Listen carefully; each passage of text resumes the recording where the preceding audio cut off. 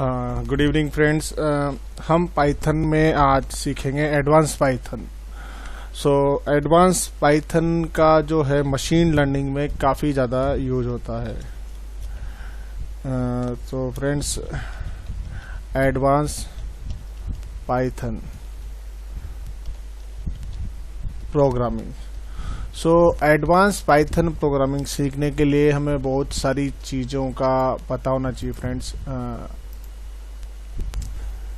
जैसे कि मैं आपको बता दूं कि एडवांस पाइथन प्रोग्रामिंग में क्या क्या आना चाहिए।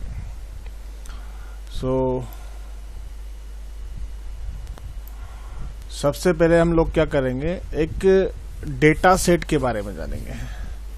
डेटा सेट क्या होता है एक्चुअल में, यानी कि डेटा सेट डिफाइंड। सबसे पहले में क्या करना पड़ेगा, इंपोर्ट हेडर फाइल्स। यानी कि मुझे सबसे पहले पाइथन की जो हेडर फाइल्स है वो यूज करनी पड़ेगी। इंपोर्ट, और हमेशा पाइथन के तो स्मॉल लेटर में ही हम लिखेंगे इंपोर्ट numpy। numpy क्या होता है, न्यूमेरिकल कैलकुलेशन के काम आता है। numpy array, nd array and pandas। pandas जो है हमें मोस्टली डेटा सेट को एक्सेस करने के काम आता है। अब मैं इस प्रोग्राम में आपको बताना चाहूँगा कि how to access data set, यानी कि हमें डेटा सेट को एक्सेस करना है तो कैसे करेंगे friends. Just watch it. How can I start the code. सबसे पहले मुझे क्या करना है फ्रेंड्स, एग्जीक्यूट करके देख लेना है कि मेरी हेडर फाइल वर्किंग कर रही है या नहीं। और जैसा कि यहाँ पर कोई एरर नहीं है तो इसका मतलब मेरी हेडर फाइल वर्किंग कर रही है। फ्रेंड्स, अब उसके बाद मैं क्या करूँ, df नाम का एक डेटा सेट, यानी कि डेटा सेट या डेटा फ्रेम सेट मैं तैयार करूंगा। pandas मैंने लिया है, तो pandas डॉट रीड CSV, यानी कि जब भी आप एक्सेल से रिलेटेड फाइल ओपन करेंगे तो वो पाइथन में CSV के नाम से हम यूज करते हैं। कहीं भी आप डेटा सेट में यूज करेंगे तो CSV फाइल, क्योंकि इसका डेटा काफ़ी अच्छे से मिल जाता है। तो हमारी जो फाइल में कुछ कॉलम्स है एक्सेल फाइल में, उन कॉलम्स को हम यहाँ पर यूज करेंगे। सपोज मेरी एक सैलरी फाइल में ले रहा हूँ और जेंडर्स की कुछ बेसिक डिटेल्स कॉलम में ले रहा हूँ, तो कैसे उसको डेलिमिनेट करना है। सपोज ऐसे सैलरी जेंडर डॉट CSV नाम की मेरी फाइल है, ठीक है। उसको मैं डेलिमिटेड कर देता हूँ कोमा से, यानी कि बीच बीच में कोमा आती रहेगी, ठीक है फ्रेंड्स। और उसके बाद मुझे क्या करना है कि जो मैंने डेटा सेट बनाए, उन डेटा सेट में से कि मेरा पहला डेटा सेट होगा सैलरी। तो सैलरी का जो मेरा पहला कॉलम है वो क्या करेगा, numpy dot ARRAY array, numpy array से df मेरा डेटा सेट यूज करेगा किसमें, सैलरी में। ओके फ्रेंड्स, तो इस तरह हम कॉलम वाइज उसका डेटा सेट यूज करेंगे वहाँ पे। और फिर जेंडर में भी वही चीज, numpy डॉट अरे, उसी तरह df, और दूसरा मेरा जो कॉलम कौन सा, जेंडर, GENDR जेंडर। और फिर उसके बाद हम करेंगे यहाँ पे नेक्स्ट कॉलम लेंगे PhD, हमारा जो PhD कॉलम बना रहे हैं हम, और वही चीज़ numpy डॉट अरे। बेसिक्स से आपको सीखना पड़ेगा, तो बेसिक्स में थोड़ा सा आपको लगेगा कि बेसिक डिफरेंट हो सकता है। और उसके बाद एज नाम का मेरा एक कॉलम और ले लेता हूं मैं, और numpy डॉट अरे df। नाउ फ्रेंड्स, इसमें हमारे पास वापस स्क्वायर ब्रैकेट में क्या आ जाएगा, एज मेरा कॉलम आ जाएगा, एज। तो इस तरह से मेरा एक कॉलम डिक्लेयर हो जाता है फ्रेंड्स। उसके बाद मुझे क्या करना, प्रिंट df, और इसका आउटपुट देखना है फ्रेंड्स क्या आता है। तो ये बोल रहा है कि end of file scanning the errors, यानी कि जो एंड ऑफ फाइल मैंने की है वो क्या है, यहाँ पर मैंने टर्मिनेट नहीं किया है। सो फ्रेंड्स, आप एरर आराम से देखेंगे। ओके ओके, तो फ्रेंड्स यहाँ पर आप देखिए क्या बोल रहा है कि PhD during handling of above extension PhD है। सो जो PhD मैंने लिया है वो इसमें वर्क नहीं कर रहा है। तो हो सकता है मेरे कॉलम में एरर हो, तो मैं कॉलम एक बार चेक कर लेता हूं और ये कॉलम सही होगा। अब आप पूरा डेटा सेट का आउटपुट देखिए फ्रेंड्स। DF जैसे मैंने किया तो DF करने के बाद मेरा जो डेटा सेट आया, सैलरी, जेंडर, एज, PhD, इस तरह का आउटपुट आपको मिलेगा। जब ये आउटपुट आ जाएगा और इसमें बता दिया जाएगा कि नंबर ऑफ रो कितने हैं, रिकॉर्ड कितने हैं, ये सारा आपको इसमें बताया जाएगा। ठीक है फ्रेंड्स, तो बेसिक चीजें यही है कि how can we access data set, how can we reduce the size. So just follow it. Python advance काफी अच्छा टॉपिक है, सीखने के लिए भी और समझने के लिए भी। हम लोग समझेंगे इसे तो बहुत अच्छे से सीख पाएंगे। मशीन लर्निंग प्रोग्रामिंग में सबसे इंपॉर्टेंट टॉपिक है पाइथन, और सबसे एजियस भी है, सबसे इजी भी है।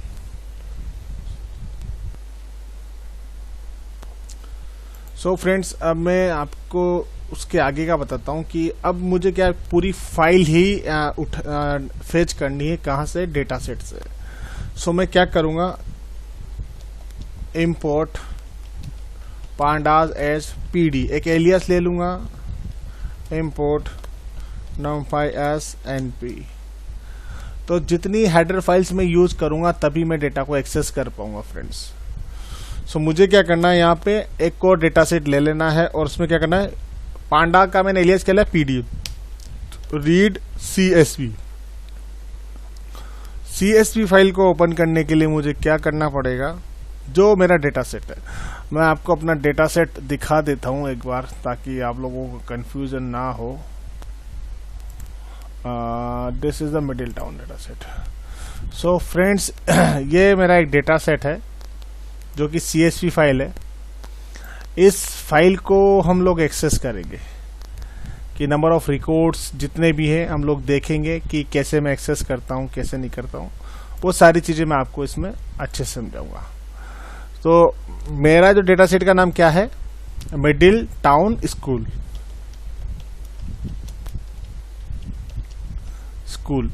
.csv। तो फ्रेंड्स, जैसे ही मैं CSV लिखूंगा उसके बाद मुझे क्या कर देना है, अपने डेटा सेट को डिस्क्राइब कर देना है। Data frame set .describe। Describe करते ही मुझे एक आउटपुट मिलेगा, वो मैं आपको बता देता हूं कि डेटा सेट डिस्क्राइब नहीं हुआ है। क्यों नहीं हुआ है, let me check. Middle town is the error, DF describe। Okay, just I didn't commas. Okay, not error, it's error is going on. So friends, ये फाइल इसलिए एक्सेस नहीं हुई क्योंकि ये टेक्स्ट फाइल है, तो हमें यहाँ पर इसको रीड करवाने के लिए पहले इस तरह का एक कमांड लिखना पड़ेगा कि फाइल को रीड करना है। डायरेक्ट हम इसको रीड नहीं कर पाएंगे, और अभी भी ये बोल रहा है कि read F is not there, middle town.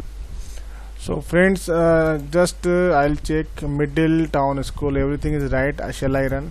So you can see that friends, this is the output of this code. Description is here.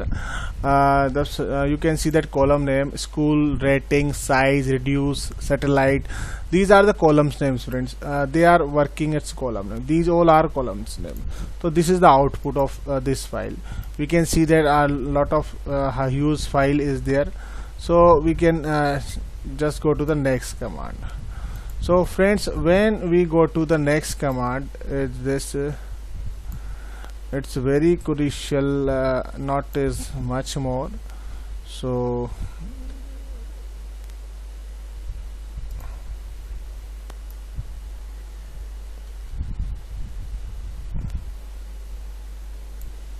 now next page, it's we are just going to next page.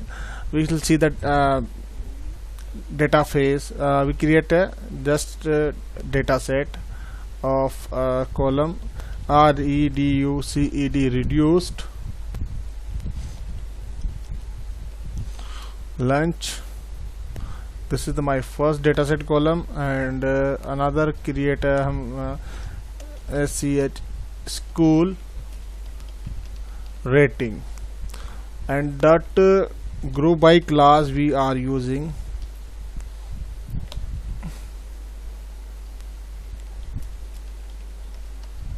school rating dot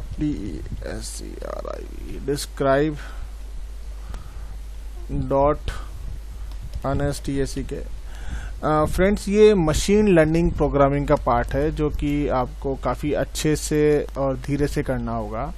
इस part में codes हमें बहुत ही silently लिखने होते हैं, और जो code लिखने होते हैं वो चीज़ें आप लोग समझ ही सकते हो, टाइम लग जाता है क्योंकि मशीन लर्निंग को समझाना बहुत ही अच्छा है।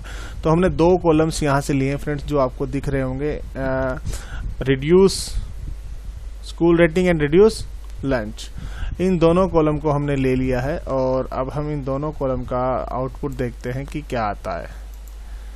आपने देखा होगा फ्रेंड्स कि रिड्यूस लंच और स्कूल रेटिंग, तो लंच के अकॉर्डिंग उसने काउंट मीन काउंट बता दिया है, मीन बता दिया है, स्टैंडर्ड डेविएशन बता दिया है, मिनिमम 25, 50%, 75% और मैक्सिमम, और इसने डेटा टाइप यहाँ पर आपको बता दिया है। तो फ्रेंड्स, ये सारी चीज़ें आपको जो बताई जा रही है वो बहुत ही अच्छे मैनर में बताई जा रही है।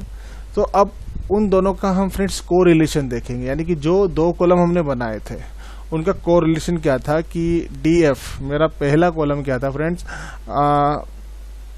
REDUCED रिड्यूस्ड लंच मेरा पहला कॉलम था, और दूसरा जो कॉलम था मेरा था स्कूल